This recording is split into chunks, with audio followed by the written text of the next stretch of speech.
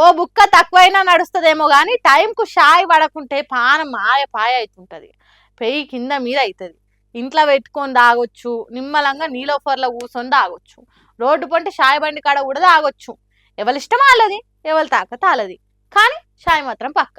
ఆగో అట్లనే కేటీఆర్ కూడా తీరిక వేసుకొని మరి షార్నాడి కాడికి పోయి షాయ్ ఒట్టు తాగిండి. ఇట్లా కూలికి చేసుకునేటోళ్ళకైనా కుబేర్లకైనా గానీ షాయ్ దూపు అయితే టైంకు లోపల పడాల్సిందే. ఇక తెల్లారు లేస్తే రాజకీయాలు, పార్టీ పనులు, ప్రతిపక్షాల పంచాలు అనుకుంటా బిజీగా ఉండే కేటీఆర్ కూడా జర షాయ్ దాగి రిలాక్స్ అయిదామని కారు తీసి షార్నార్ కాడ దిగిండు. పక్క పొంటున్న నిమ్రా కేఫ్ కి పోయిండు. ఇక కేటీఆర్ ను చూడంగానే ఓనర్ వచ్చి ఎదుర్కొని లోపలికి పట్టుకపోయి బిస్కెట్లు, పఫ్ఫులు ఏవేవి ఎట్లా తయారైతున్నాయి అనేది చూపించిండు. కేటీఆర్ కూడా టేస్ట్ చూసి మంచిగానే చేస్తారు అనుకుంటా బిస్కెట్లు తిని అటెనక కౌంటర్ పక్క పొంటే కూర్చొని గరం గరం ఇరానీ షాయి తాగి ముద్దుగా ముచ్చట పెట్టిండి.